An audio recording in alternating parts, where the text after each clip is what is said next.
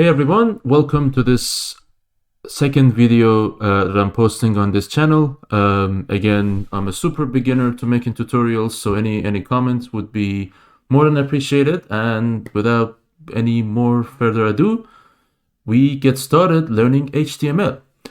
So HTML is basically it's short for hypertext markup language. It's a language that you use to construct web pages.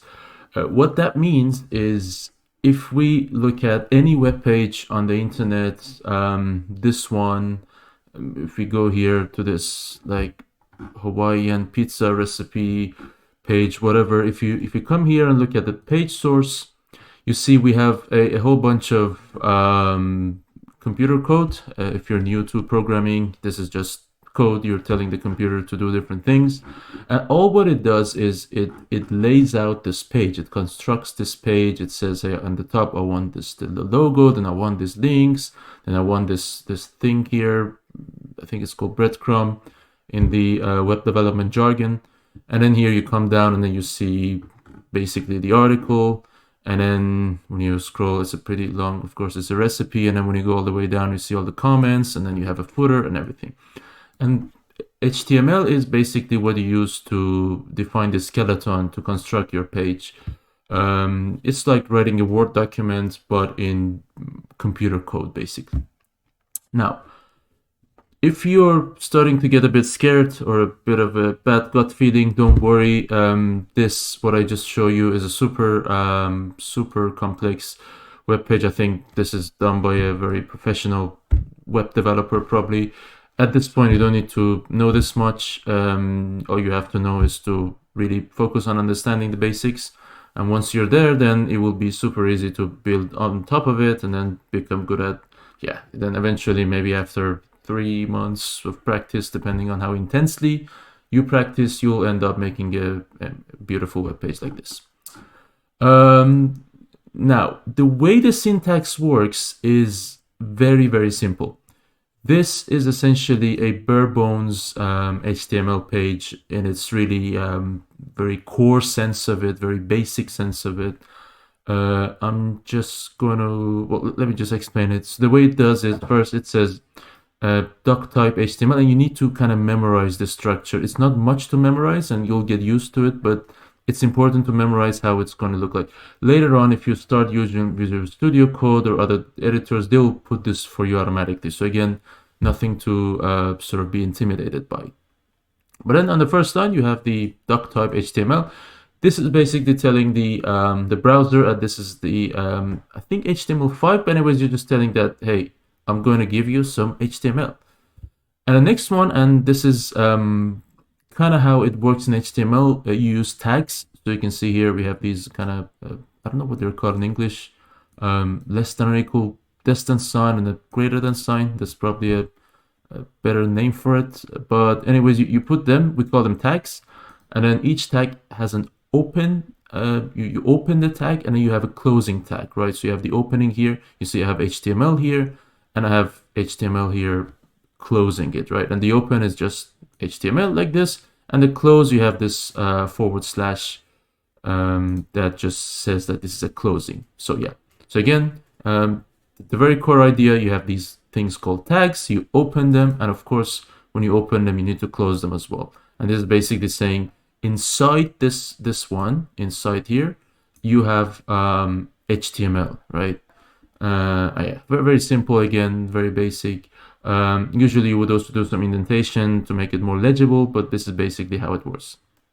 And then you have the head tag, and this is where you define the metadata for a page, things like what style it should use, what if you need to import some font from an external source. For example, there's this Google Fonts. I'm just going to show you quickly.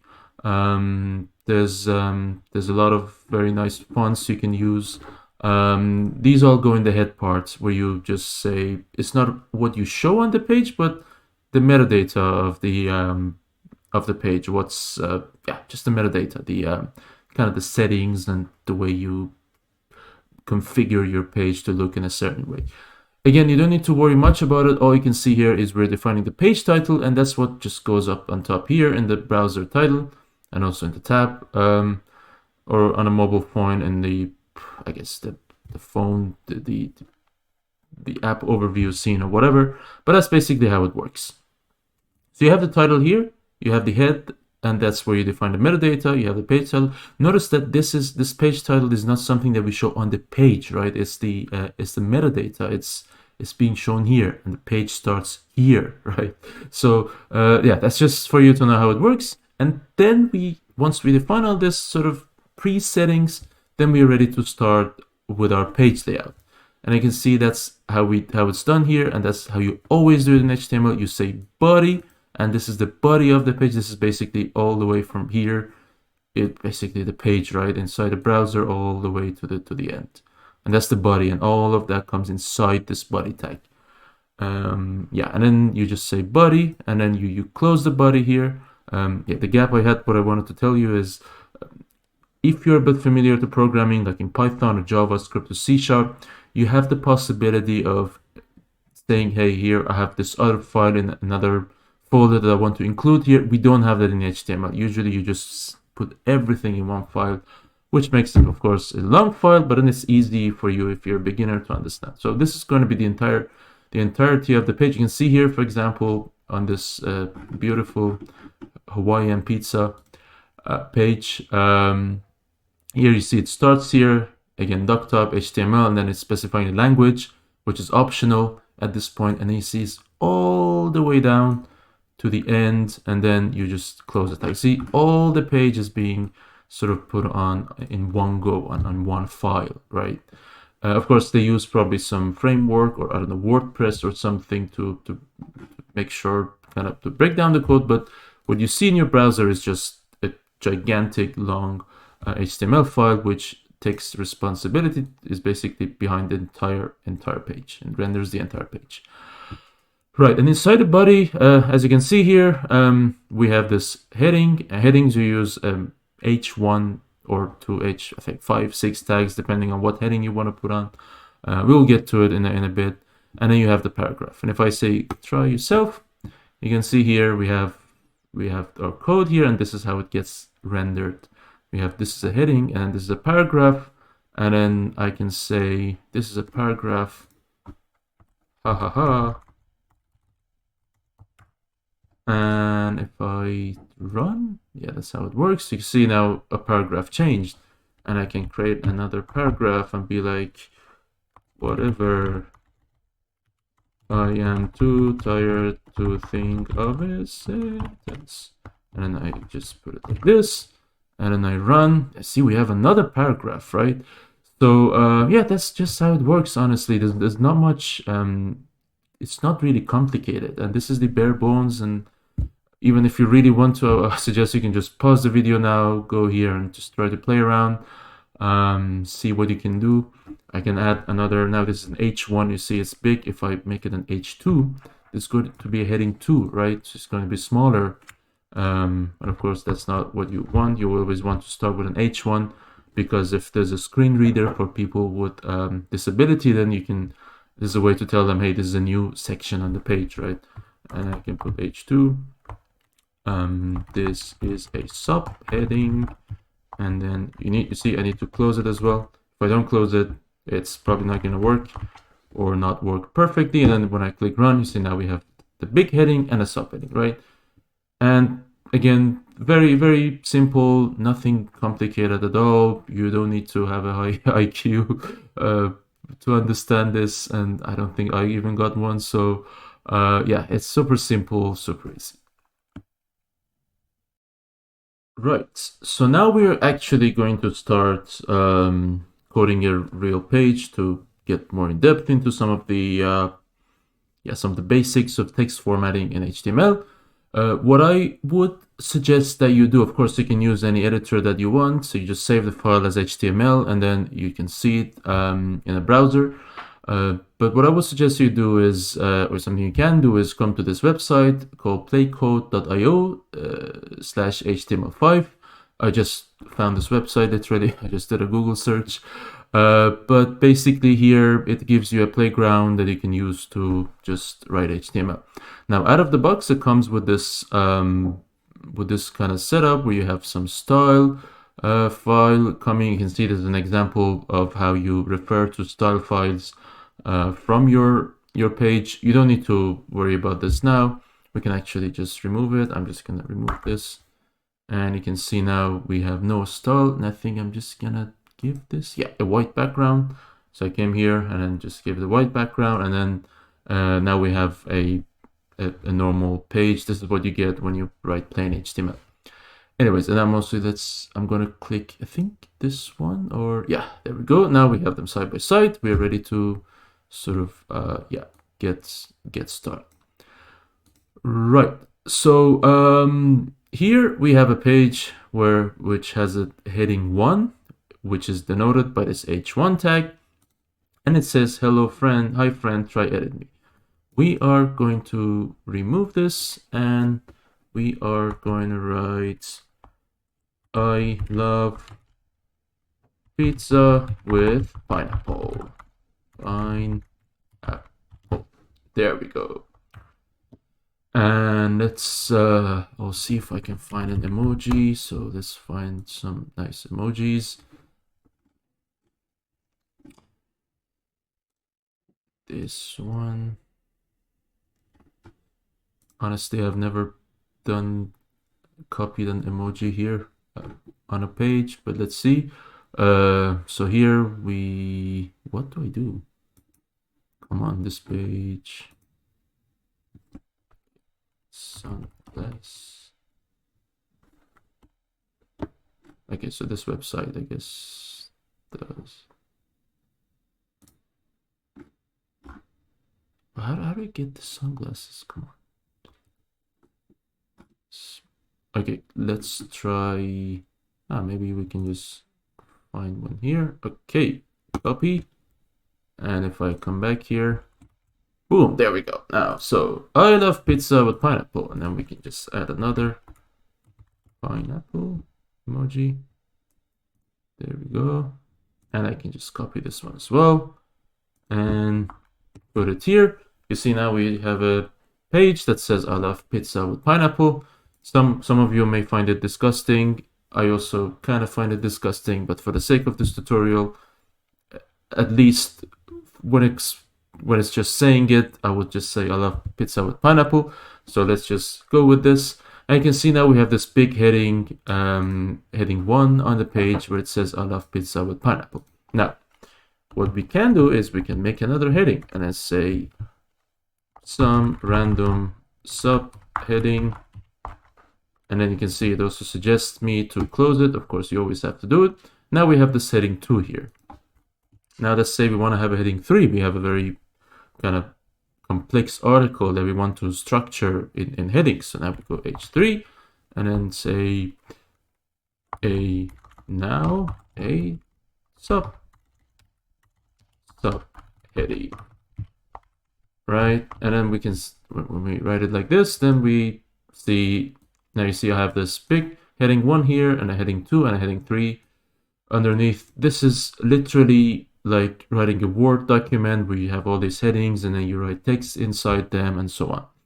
So yeah, that was it for headings. And then we go with the paragraphs, and I can just write this is a random paragraph. I have no idea what to write.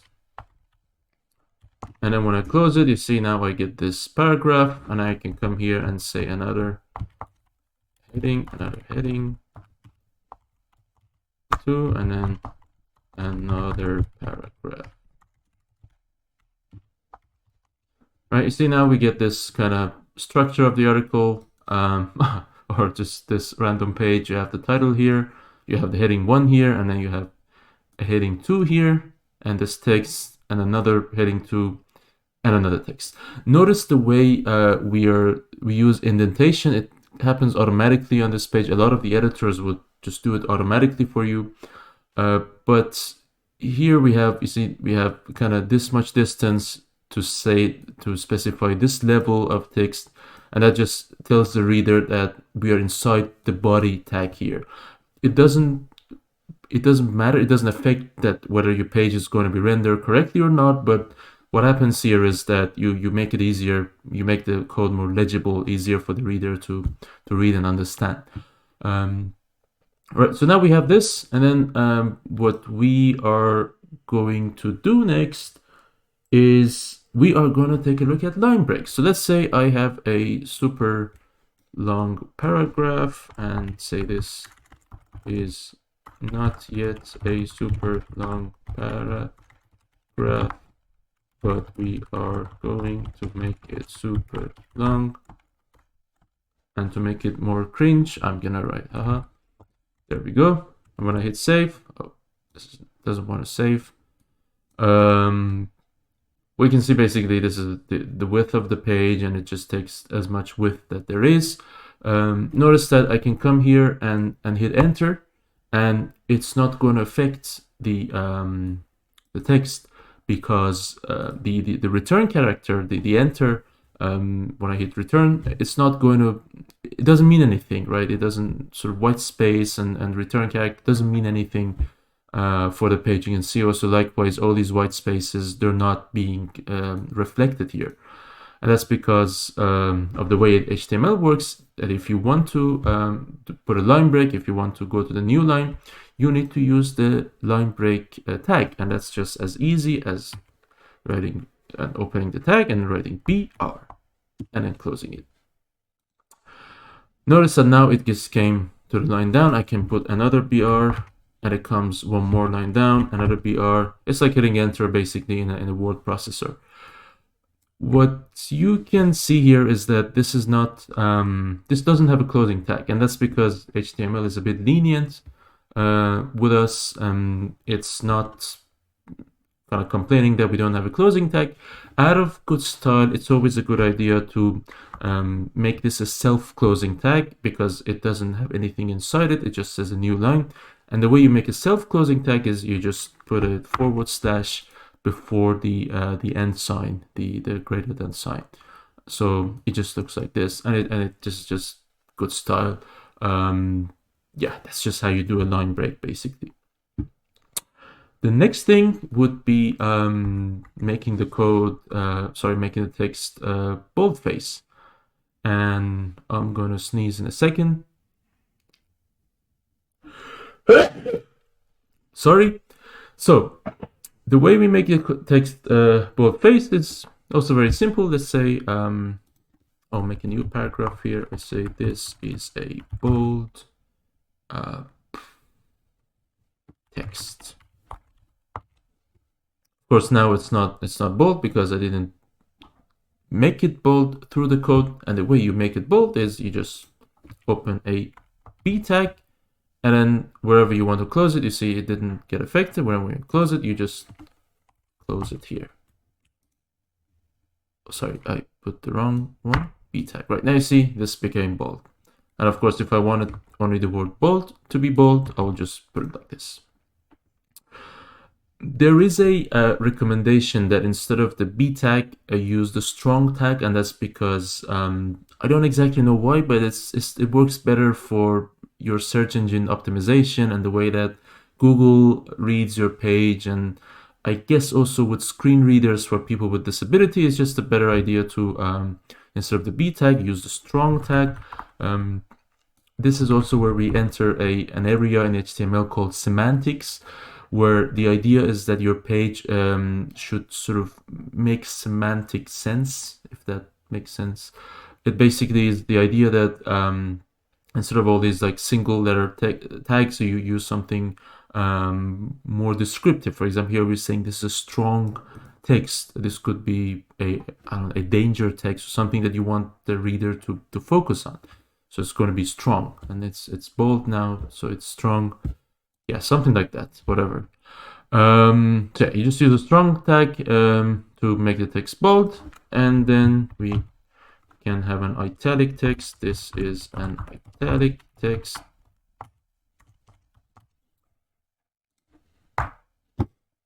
Yeah, all right, and you can see here again, it's not doing anything. I can what I need to do is to wrap it in an I tag, right? Notice how these are very kind of self-descriptive, intuitive. You can see I is for italic, and then B is for bold, and it's now you can see this became italic. Again, with the same logic as using strong, we would like to use an emphasis tag, and that's, I think, just EM, right? Yeah, EM.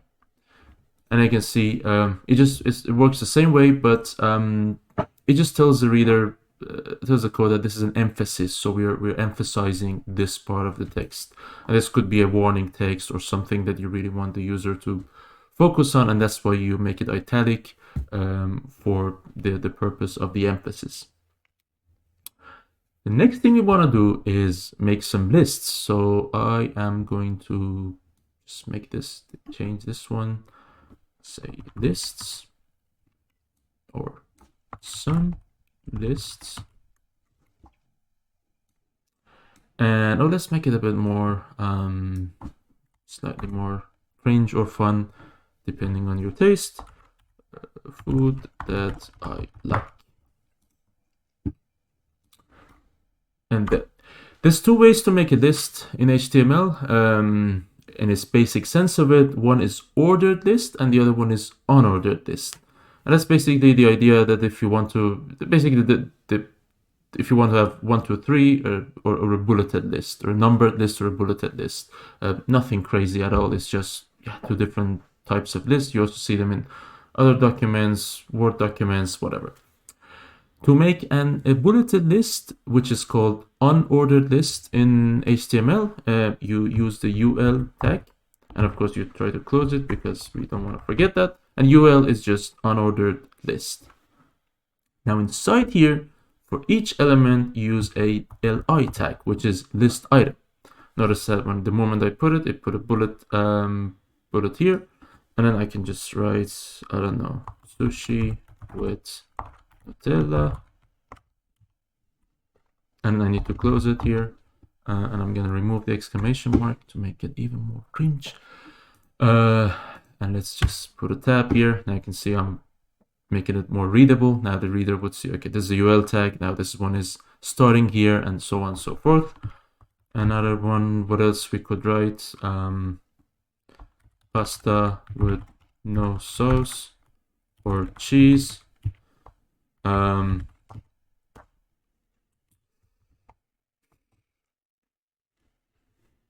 Lasagna with more lasagna, just because, right? And then so now we have this list item, just because, yeah, right? Exclamation mark.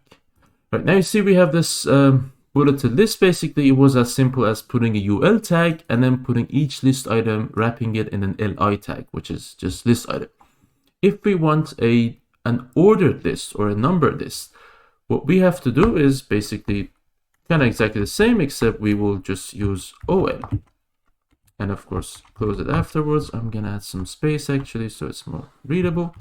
And then here again, list item, item 1. Notice how we gave up on making up random food items. Item 2, item 3, and then we can be like etc. Right.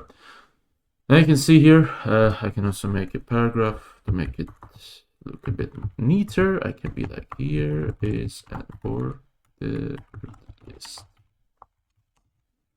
Right. Now you see here, this was a numbered, an ordered list, as simple as this, and that's basically how you make lists in HTML. Super simple, super easy. This is, I suggest you pause the video here, get some practice with this, kind of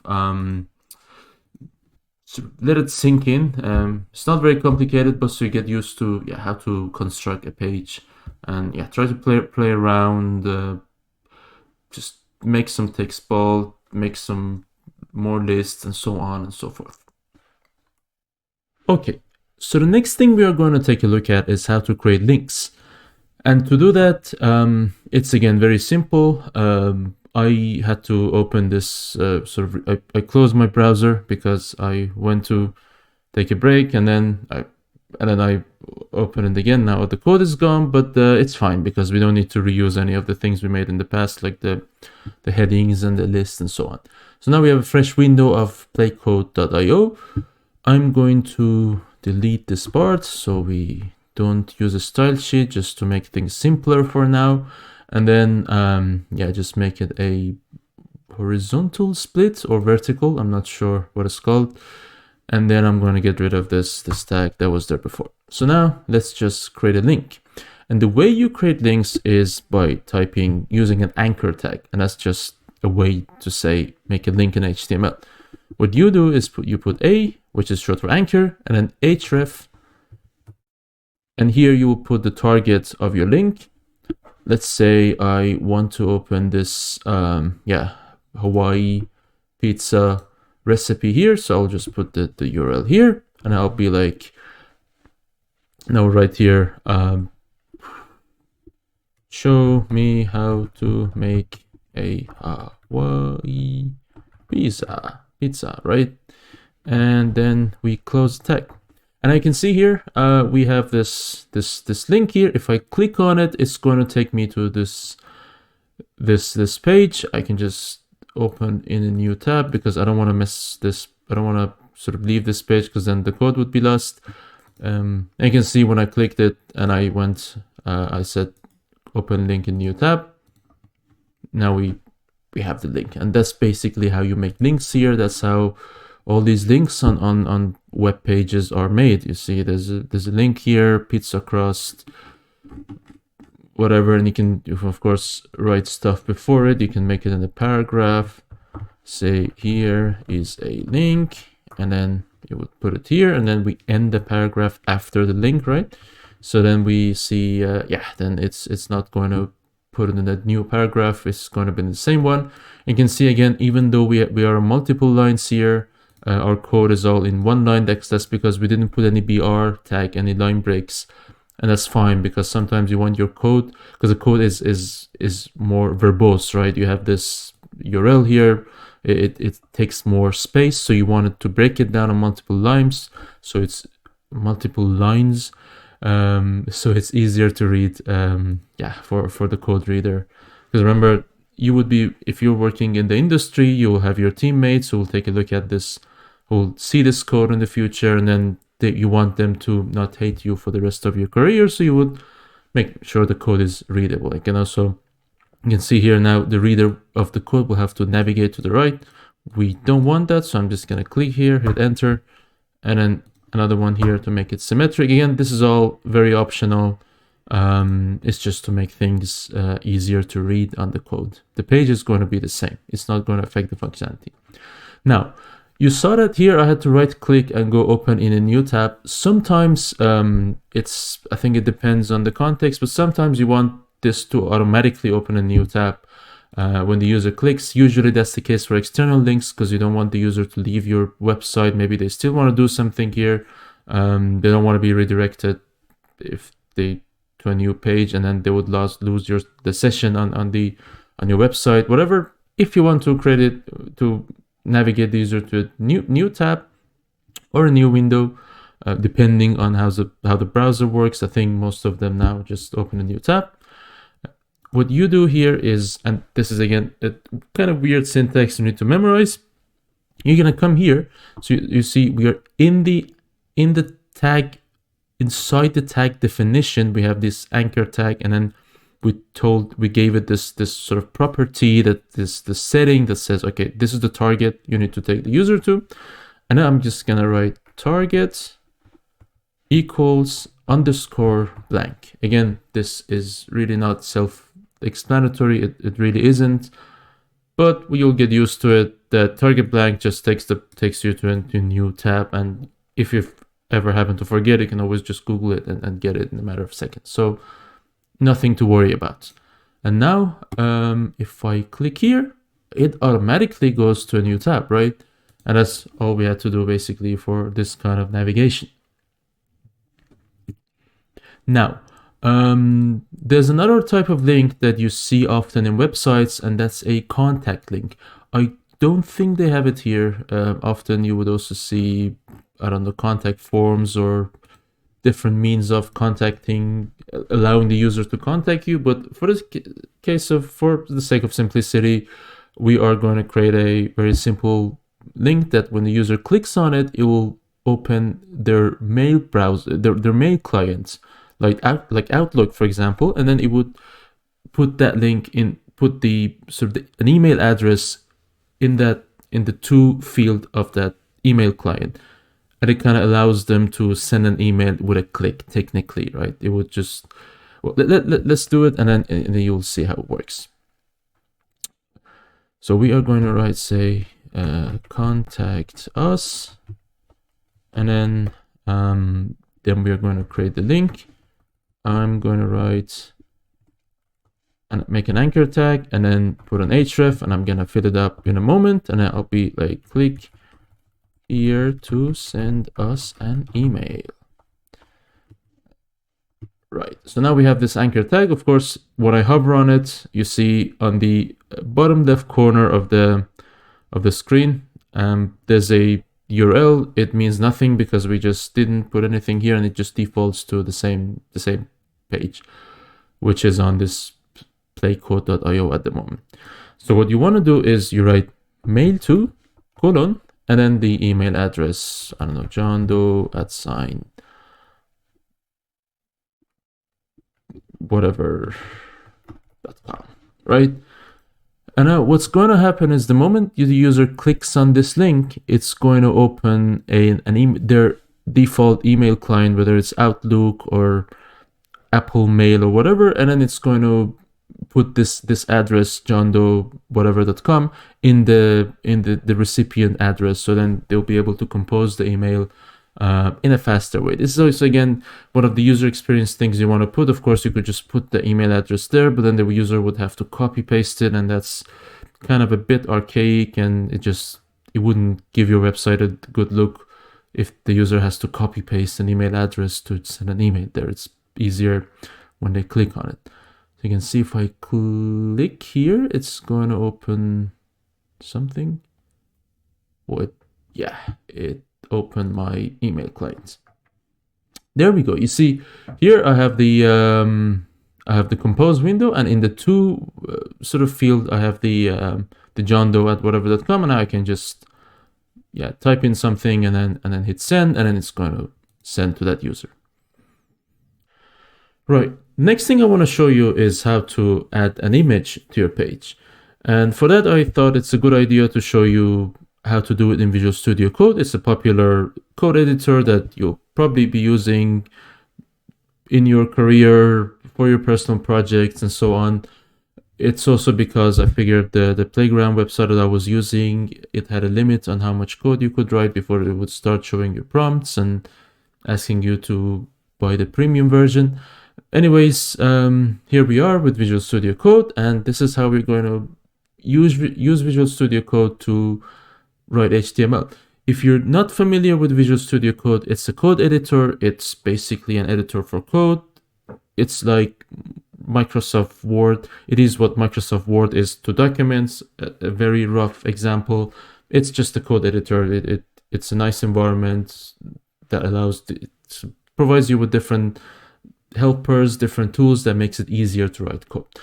Now, what you need to do is you just open Visual Studio Code, and then you open a folder, a new folder, an empty folder, preferably so we keep things cleaner. And then you go inside that folder, and then here when you open it, you'll not have any files. I just have this VS Code config that just sets the theme and the font size so it's suitable for this video, but otherwise this is not important. You don't need to worry about it. You can just ignore it. What you want to do is you want to create a new file. So you just click on this new file icon, and then you give it, and now it's putting it inside the Visual VS Code. I'm just going to click outside it here, and again, click new file. There we go. Now you see it's going to create the file outside this folder in the root of our folder where we want to put our HTML file.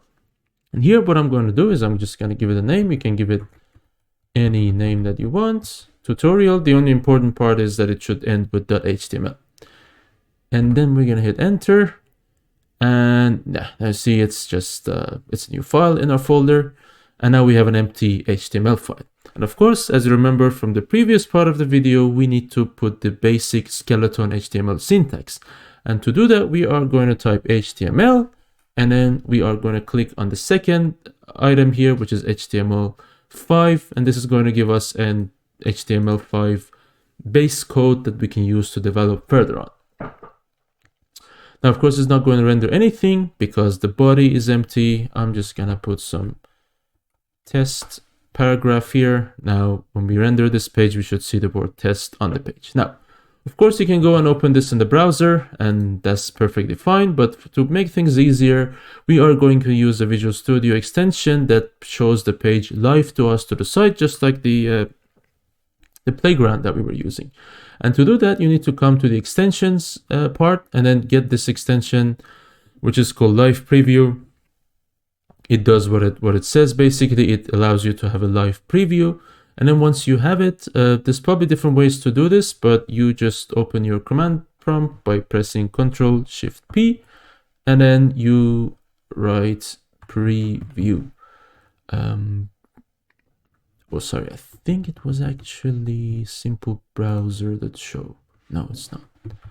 Preview. Oh, okay, show preview internal browser. There we go. And now you see it's basically starts a server for you, and then it shows the code here. So as you see here, now we have our test page and we are ready to add our first image. And again, you can see here, it's like the other one. If I put an H1, this is a heading 1, and an H2, this is a heading 2. It's going to just add them like the previous, the playground website. So yeah, it's basically the same. Now we want to add an image, and for that we are going to go to a website called Pexels. It has a lot of nice free images, and I'm going to write something like, yeah, mountain. I just search for it. Or you know what, let's go for an alpaca again. So alpaca, because we love them, they're cute. And we are going to just go through these, maybe, yeah, this one again. So we're going to click on it, and then we're going to right click on the image, copy image address, and we're going to come back to our code. And then what we want to do is, again, like the anchor tag, we have a specific tag for images, and that's called img. And then once you open the tag, you give it the URL of the image. So src equals, and then you you put these double quotes here, and then you put the URL inside. You paste it in. You see, the moment we put it in, we have our cute alpaca here. I'm going to close this one, and then something you want to notice is the image tag doesn't have anything inside it, right? It's just a tag. If you want to put some text here, you need to make a div and then put some background image for it. That's something else we're going to get to later. But anyways, an image tag is just an image by itself. It doesn't contain anything else. And for that reason, there's no such thing as a closing image tag, unlike, for example, for headings. So what you want to do is you want to make it self-closing. Of course, again, this is optional, but it's good style. And then you make sure all your tags are basically just closed, either self-closed or closed in a normal way like this. But anyways, we have our image here. And then you see the image, we have it, but it's very big for the page, right? So we want to give it a width and a height. So I'm just going to write width, and then let's say 100, or maybe 300. There we go. And then you see we just made our image smaller. I don't know how it's going to work with height and aspect ratio. If I put it to 100, yeah, it's just going to sort of compress the image. Let's just go back, and then, yeah, when we just put the width, it's going to keep the aspect ratio and then show it like this.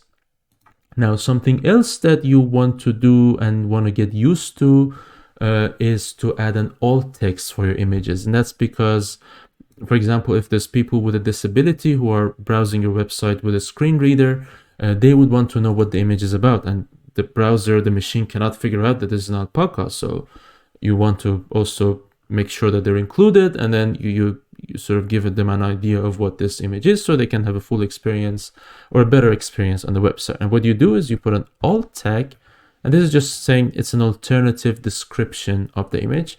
And then here we just put something that we think makes most sense. Here it'd be like image of how many alpacas? 2 alpacas. I think there's actually more, but anyways. And yeah, and this is, I'm not sure if this is going to be a tooltip. It's not, but anyways, if you have a screen reader, you don't see it on the screen. That's why it's called alternative, because it's not shown anywhere. But if you use a screen reader to go through this page, it's going to read out image of 2 alpacas when it comes to this element, right? And that's how you put images in HTML. Again, super simple, nothing to be scared of, right? The next thing I want to show you guys is how to create a table. And again, a table is super simple. It's just a set of rows and columns, and that's what we're going to take a look at now. So to make a table, I'm going to remove the stuff that we made so far, and now we're going to get an empty page, an empty canvas. And then what we want to do is we want to make a table of cringe dishes. So I'm going to type H2, and then in Visual Studio, you can just type the tag and then hit tab, and then it's just going to give you the full tab. And then here, I'm just going to write cringe dishes, maybe dishes. And then I'm just going to took this emoji, and then I'm just going to paste it here. Right, so now we have a nice heading for not so beautiful, I guess, web page. And then here and then here is where you start creating your table. And to make a table, you would open a table tag, which is not a surprise, obviously. Once you have this table, the next thing you would want to do is to define a table header. As you can see here, it didn't create anything, but the moment we create the table heading, it would start to put things in the table. And to make a table heading, I'm not sure if this is heading or a header, but whatever is the correct English for it, this would be the first row, the heading of your table, right? So what we would be doing here is we first create a table row, which is TR. And then inside here, we are going to create a table header for each of the columns that we have in the table. So I'm going to write TH, and that's for the header. And then I'm going to write, let's say, name of the dish. And then I'm going to write another one, cringe level. Right, so now we have the name of the dish and cringe level, and these are our 2 sort of columns. Right, so as you can see, the way we make tables in HTML is row by row. So we first make the first row, we define the first row, and that's just the heading. And then we make the second row, and this is where we start to add data. Then we put this TD. I cannot remember what D stands for, but it's basically a cell inside this first column. So then we can give it a dish, I don't know, pasta with ketchup. And then cringe level is, cringe level, we set it to high, right? And then we can also go and have a this kind of emoji here, and then, or maybe even this one, or I don't know if we have any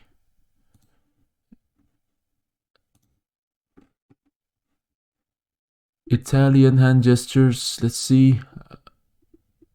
We don't have any, but there we go. This is, no, not this one. Sorry, this one. There we go. So this is cringe level high, and then we have our first row of the table. Then you can see here, the first thing that I put here, it corresponds to this table heading, and then this column, and the second one corresponds to the cringe level column, right? Now I'm going to first save this one. I've set my Visual Studio to format on save. You can just easily change that in the settings. It's a good way to make sure your code is always formatted and it looks neat and tidy and so on. So then I'm gonna create a new row, and then we're gonna add another cringe dish. what can we put here? Again, sushi with banana, right? And then this is, I would say this is medium cringe level. We can find an emoji for it. It's like so I'll just use this one. It's like, it's okay, it's not that cringe, right? And then we can add some low cringe dish, maybe rice with a bit more rice. And the cringe level here is a bit low, and we are not going to use an emoji because I don't know how to show a low cringe level. But anyways, you can see how, of course, this table is not styled. That's what we are going to take a look at in a moment. That goes more to the CSS realm. If you really want to style your table properly, we don't need to sort of worry much about it. For now, what you need to do is, this is how the structure of your table is going to look like. You can see, again, just a recap, you first define the first row, and then you go and define each column of that row. So now we have the heading, and see we are putting the name of the dish and the cringe level. And then we have the first row, and then we have pasta with ketchup, and then we define the cringe level. So name, cringe level, name, cringe level, name, cringe level. This is basically how the structure of a table looks like. This is what I would say maybe, I don't know, 80% of times you'll be dealing with a table. There is things to do if you want to combine rows, but let's first take a look at a bit of styling. Now, to add the style, like I said, we need to start using CSS, and CSS is short for cascading style sheets. You don't need to care much now what it's short for. It's just an idea. It's the way that you, it's not an idea, it's the way that you add styling to your pages, things like color, heading, so on and so forth. If we take a look at this website, for example, this emoji website, you can see the way, for example, this part is light blue, then you have, honestly, there's not much style going on here, but then, for example, this is a big text here, and then there's a line around here. All these things, that's done through styling. So if we go back here, what we want to do is we want to tell the browser that we want our table and the header items and the normal cells to have a border. And to do that, we're going to come to the head, inside the head tag, and then I'm going to hit enter, and then I'm going to type style, and then press tab, or just open these tabs manually. And now that we're inside here, we can start to define the style. And the way that you define the style is that you first define the name of the element that you want to change, and then inside it you tell how you want it to be. For example, if I want to change if I want to make my H2 tag larger, I'll be like H2, and then font size, let's say, I don't know, 26 pixels.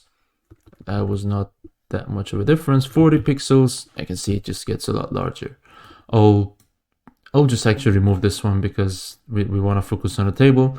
But that's basically in its basic sense how CSS works. You say, I want my H2 to be of this side. You can also do other things. You can say color blue, and it's gonna become blue. You can say font style italic, and it becomes italic. And then there's a whole bunch of different things you can do. You can say background color. You can see also Visual Studio also helps you here. We want some, I don't know, gray color, and now it becomes gray. All these things. And if I remove this one, it goes back to the basic style, and that's how styling works. And of course, there's more you can do. There's something called classes. You can define a class, because what if you have multiple H2 tags, then you want to target them differently. You wouldn't do that with H2, but maybe with some other things. Maybe you have some other boxes on the page, but we won't be going through that now because that's CSS. That's the topic for another tutorial. We want to focus on HTML here, because it's important to understand and digest programming concepts one by one, because that's how you learn that if you understand the basics, the alphabet, so to speak, of writing HTML, then building any website becomes a piece of cake because you understand what's going on in the basic sense under the hood. Right, and after that little TED talk, let's take a look at the table. So what we want to do to style our table, let's say we want to give it some border colors, the border lines, so it's easier to see what's what. You would want to say table. Now it's going to target our table. Let's just go with table now. And then when you come inside here, we say border 1 pixel solid black. And I can see this just give a big border to the entire table. Now, in order to put a border around each of the elements, what we want to do is we want to target also, and this is how we do it. We put a comma, and then we put the TH, and you can see now it targets the header, and also the TD, the sort of the cells, the individual cells in the table. Now you can see the way it's doing the border, it's not what we want. It's doing a double border here. And to fix that, what we want to do is we want to write border collapse. And now it just becomes like a normal regular table. And this is the basic of styling a table. You can do things like, for example, if you say I want more space here, you can be like, I want my TD to have a padding of, I don't know, 5 pixels. I can see I get more space inside, becomes kind of easier to read, right? You can also apply the same to your TH. Now they're all more consistent and so on. You can say, I want my table to have a font size of 20 pixels. Now it becomes larger. You can also say I want it to be 1.5 times the basic font size of the page. So if users have different zoom levels, it will be sort of shown in a proper way. So in the way you do that, you'd be like 1.5, and there's a unit that you use for mostly adjusting the font size, and that's EM. I don't know what it's short for, but that's basically 1.5 times the base font size of the page. Usually 1.5, you can see it's become super large. We can, if you put it to 1, it becomes the basic font size, maybe 1.25. Yeah, it becomes a bit easier to read. And then with the same concept, I want my H2 also to be of a font size of maybe 2 EMs, right? You can see now it gets double the size. Now, what did we do here? We just defined some styles, and these are not in a particular order. It's just like you're kind of adding styles on top of each other. It's all fine. That's how defining styles really works. You have we say that we want our table, the entire table, the table heading, and the table column, the table cells, to have a border, and each of them has a border, and then we say we want them to collapse, so the borders, we want them to overlap, and as a result we get this kind of shape. And then we're just doing some kind of minor cosmetics here, adding some padding space inside each cell, and then setting the font sizes. That's basically what we're doing here. It's nothing crazy, it's just very simple. Now the next thing I want to show you guys, and this is something that you wouldn't probably use often when you're making tables, that's the idea of merging the cells. So if, let's say I want to merge this cell, let's say I suddenly decide sushi with banana, you know what, let's say we have also sushi with, I don't know, pineapple sauce. I don't know if there's such a thing, but yeah, like something that, I don't know if we can make a sauce out of pineapple, but anyways, let's say we have a sushi with pineapple sauce, and now it's also cringe. So what you would do is you would just say, okay, I want this to be also very high level of cringe. But what if you want to merge these two cells? Then what you would be doing is you go to the first sort of element here. Now we're targeting this one, and then you say row span equals to 2. Right, and you see it just got pushed down, and then what we want to do is we want to remove this one, and now you can see in this way we merged these two cells. If I suddenly decide that the rice with a bit more rice, maybe and some ketchup again, now you can see this is also pretty cringe. So if I remove this one And if I change this to 3, now all of the 3 cells are merged because all the dishes that we have are pretty cringe. And that's just how you merge cells in a vertical in sort of across different rows. Now I'm just gonna hit Ctrl Z to go back. And then what I want to show you guys is how to merge two cells across 2 different columns together. Let's say we suddenly decide that we want to merge these 2 cells. Of course, it doesn't make any sense, but just for the sake of the tutorial. And then what you would do, kind of similar, except that this time it's going to be on the header level. We would take the first one here, and then we would say col span equals to 2. Now notice the previous one was row span, now we have col span. And then of course you want to remove this one because then now it's going to span, and you can see now we merged these 2 cells. Name of the dish is going to now cover both of these. And yeah, that's it. That's it for tables. It's basically, you can see it's pretty simple. Now again, I recommend you to pause the video, go around, try to make another table with another concept like this, try to play around with the style, just learn a bit how to, for example, target the last element of the table and so on and so forth, but just try to let this idea sink in.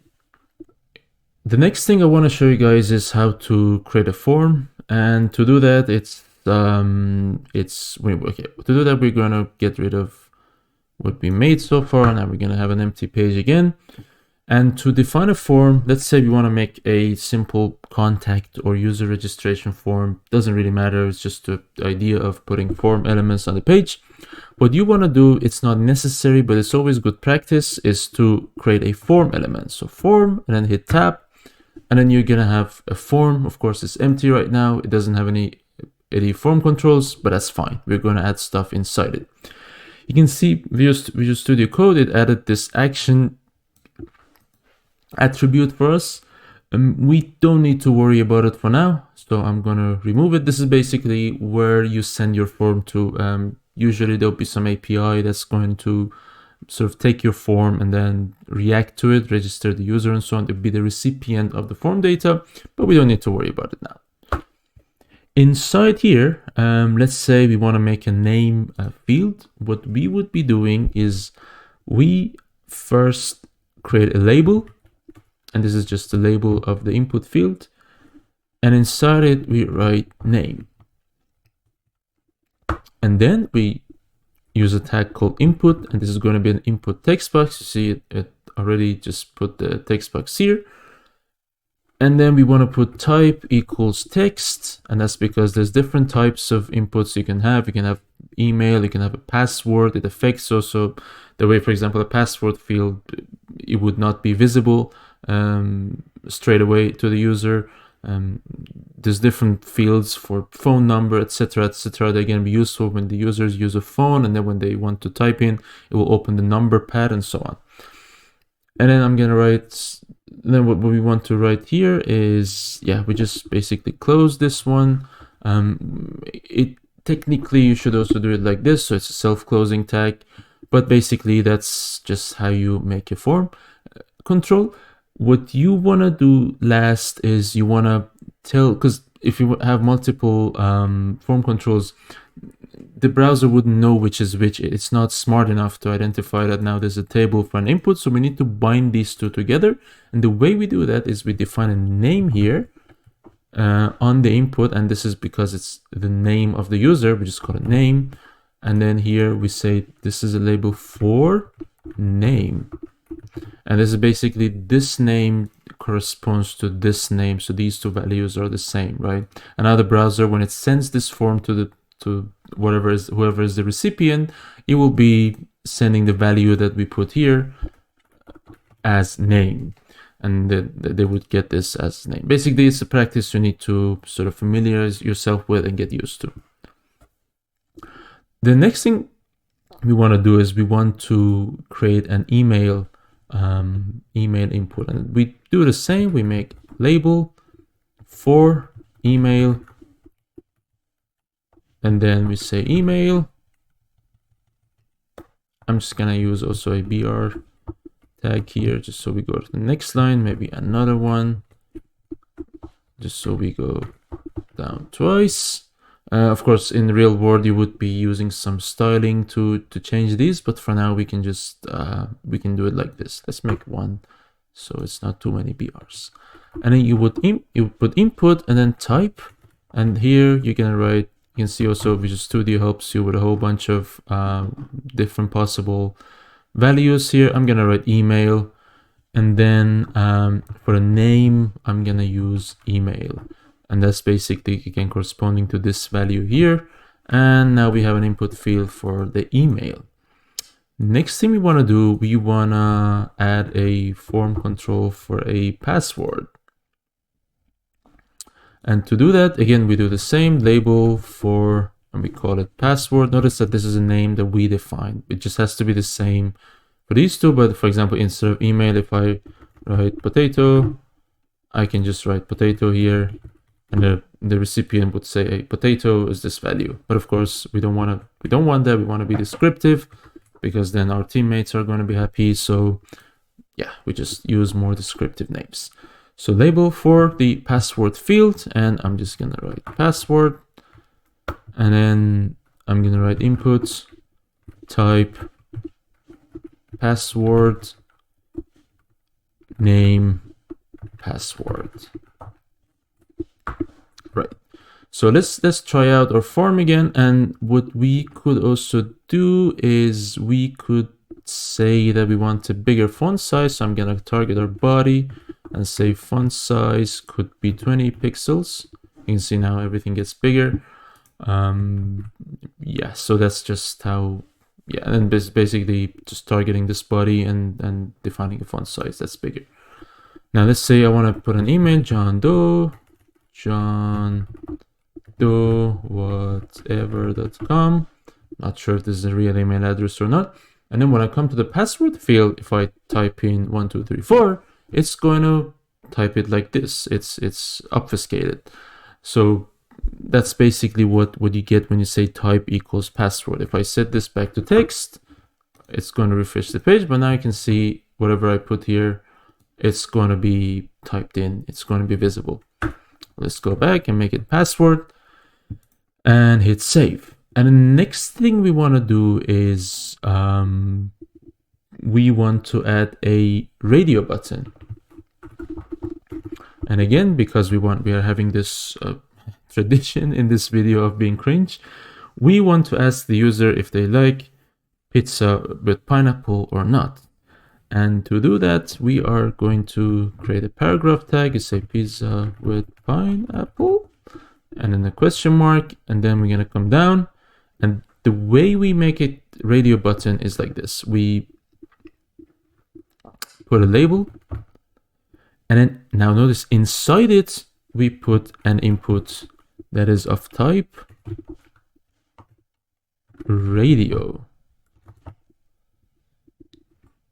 And then we're going to put a name for it, and the name I'm gonna call this pizza with pineapple. And then we are going to have a value, which is going to be yes. And then we hit space, and then we put yes. So now you see we have one radio button, and then I'm just gonna copy this one and paste it, and then say that I want the value to be no, and here also put the word no. Now you can see here, so what the way that we do here, we define two inputs. Notice that the user can interact with either of these, so each of them is an input basically. The name is the same. That's how you bind them together. There's a see now when this form is sent to the server, they would see this text as and with the value that we define here. So we say this is the name that we display, yes, and the machine version of it would be this yes, and the same for the no. This can also be, I don't know, Y or N. It depends how the server would want to know this. We don't need to worry about it now. You can see now I can go and click either of these, and then it just works. Next thing we want to do is we want to create a checkbox. So I'm going to create another BR, And then the way we make a checkbox is kind of the same. We put a label. Let's put a paragraph, a checkbox like this. And then I'm gonna create a label again, and again inside here we're gonna have inputs, and then type equals this time checkbox. What happened? I think I accidentally deleted the rest, but that's fine. Checkbox, and then we need to define a name for it. We will be I don't know, subscribe. And then I'm gonna close this, and then I'm gonna hit space and say subscribe to our newsletter. And then I'm gonna close the label. You can see now here we have this checkbox. Based on what if this is checked or not, it's going to say write a value for name subscribe to the server. And the next thing we want to take a look at is a drop-down list. Again, I'm gonna just put a BR, and a say now we're gonna have a drop-down list. And then what we do here is we define a label for a drop-down. Now this is again separate like these ones. What do we do here? We write how are you today, and then we're gonna have a drop down where you can select how you are today. And the way we define a drop down is we use the tag called select. So select, and then inside here, well, first we need to again bind these. Notice the same way we had email. Here we need to do the same. So label is going to be for let me put this first because this is basically the correct way, logical way of doing it. So select would be for a name of how are you, and then here this would be for the how are you input control. And there's this, so this is kind of the idea of the input control.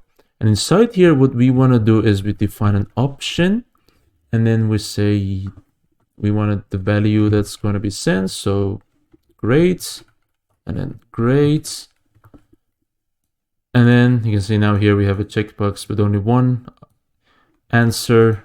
And then we can have another one called absolutely fantastic. And I'm just gonna do the same, absolutely fantastic. And just to follow the name conventions, I'm gonna put this as small a. And then as you see now we have two options here, and you can say add other options, whatever, and here also whatever. And now you can see we have three options here, and that's how you make a drop down. And that's basically the sort of the basics of creating a form.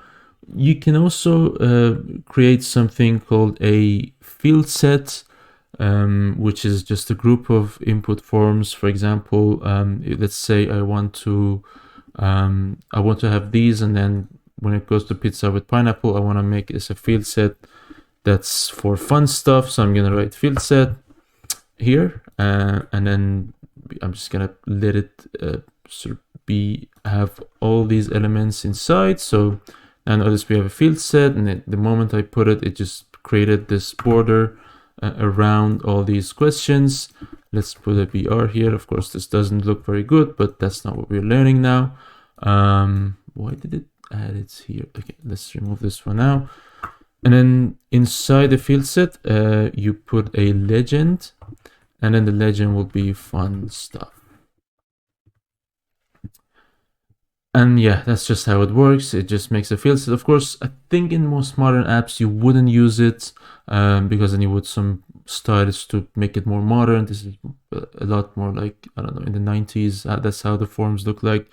But that's basically how you create a form. This is again in its very basic sense of it. You would add different input elements and so on. And then last but definitely not least, you would want to have a button in the end. And the way we do it, there's different ways you can define a button tag, but then you can also say an input type equals submit. And I can see the moment I give this, it becomes a submit button. And then value will be submit this form, please.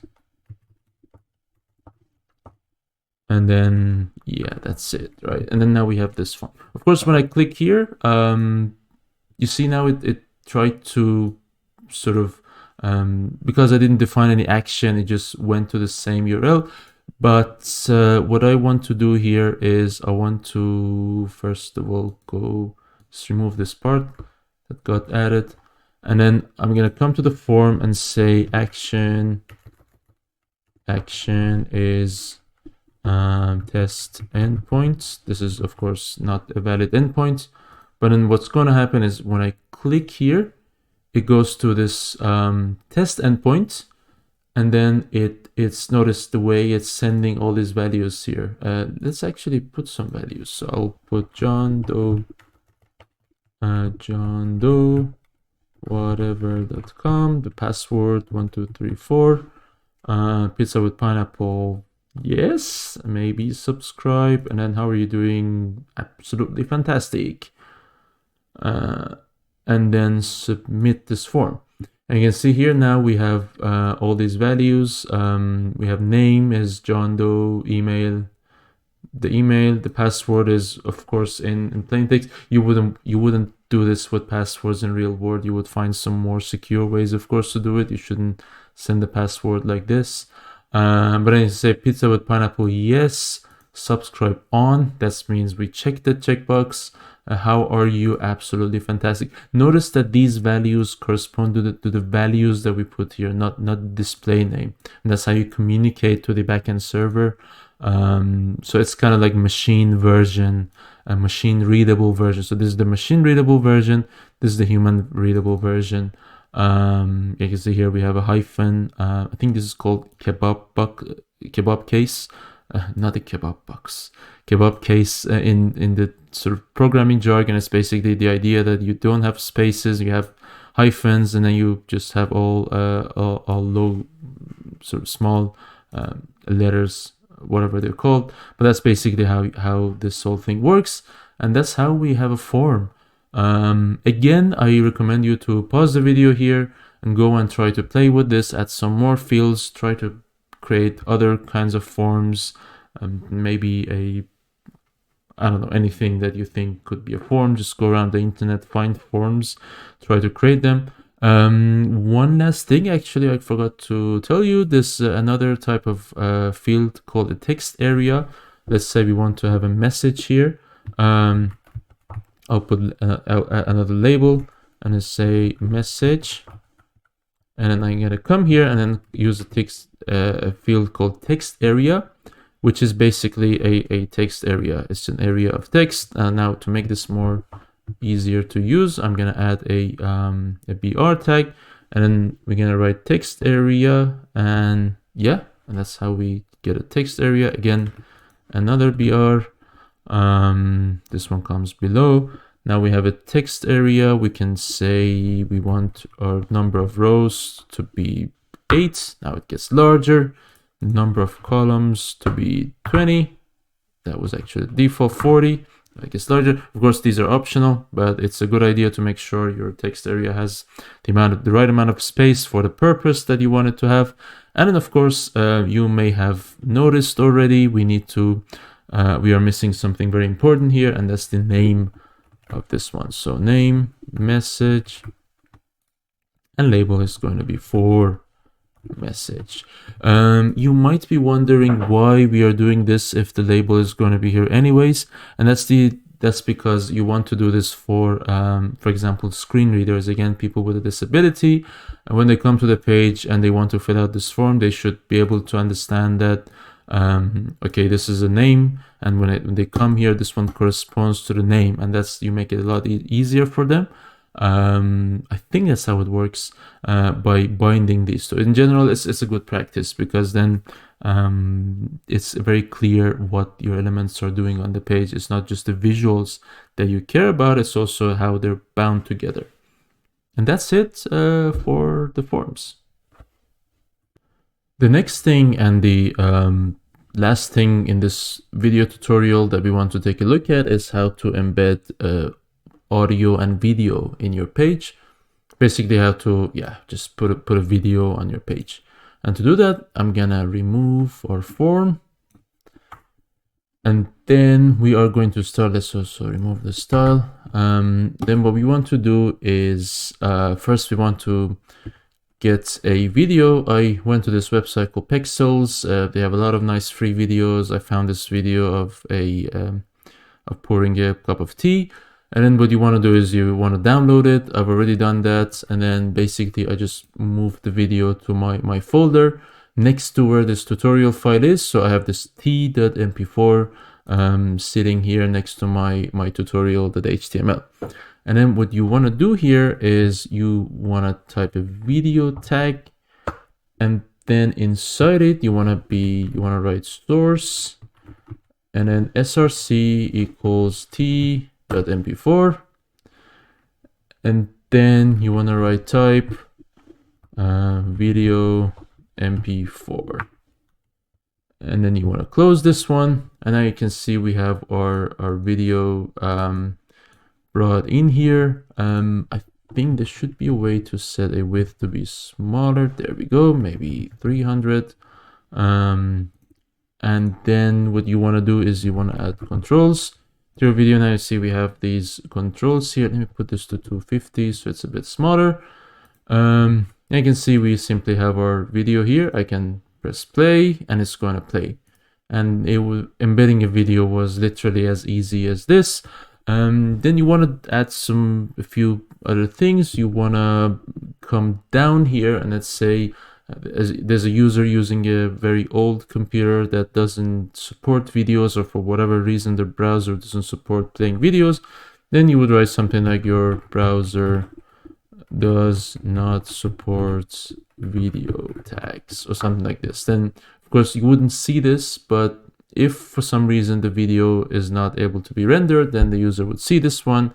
It's better than seeing nothing, right? At least they know what's going on. Right, so embedding a video was like this. Again, this is HTML, so you can come here and write example video. You can do all sorts of things. You can play with the width, the height, and so on. But yeah, that's basically how embedding a video works. It's the same with an audio. I don't have an audio at the moment here, but then you would just, instead of the video, you would put audio, and then you would just put this, instead of video.mp4, you would write something like audio.mpeg.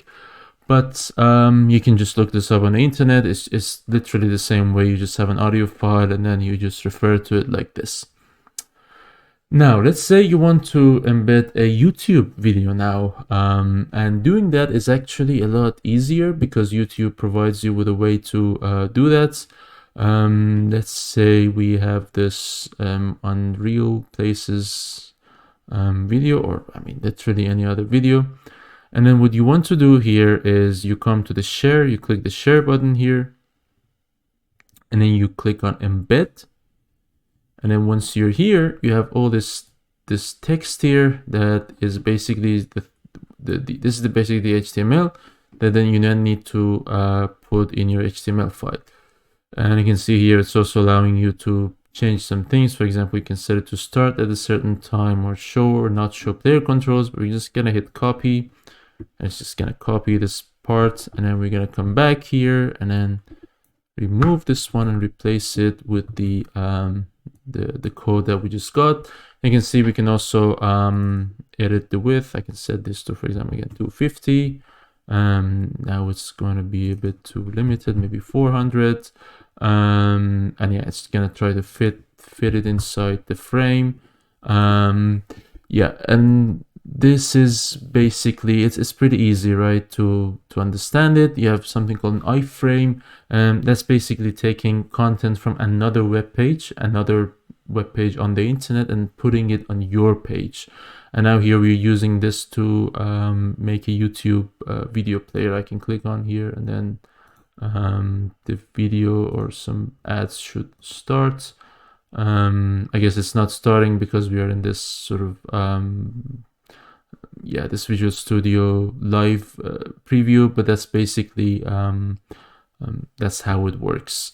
Again, it's very simple. You have the URL of the video, and then you have all these things. This is probably for a phone to say which kind of sensors it wants it to have available for the video. I'm not sure exactly, but basically that's how you embed a video. It was just a matter of copy pasting from YouTube. And that was it for this HTML tutorial. What I tried to do is I tried to give you the basics, the basic understanding of what HTML is and what it does. Of course, a website is incomplete without CSS and styling, and also nowadays with JavaScript, because JavaScript takes care of a lot of interaction on your website. So that's the idea of HTML and what HTML can do. What I would suggest you to do from now on is to first get some good amount of practice so you understand HTML really well. There's a website, W3 Schools. It's a very, very good website. We can come here and then just browse through here, see the different things you can do with HTML and try to get yourself familiar with them. You can see most of the stuff we went through, maybe all of them are basically just listed here. It gives you very, very basic examples and it lets you try them and kind of play with them and so on. But yeah, that's it. Hope you enjoyed. If there's any feedback, again, let me know. I'm a very beginner to creating YouTube videos. So I would more than appreciate any kind of feedback, and take care.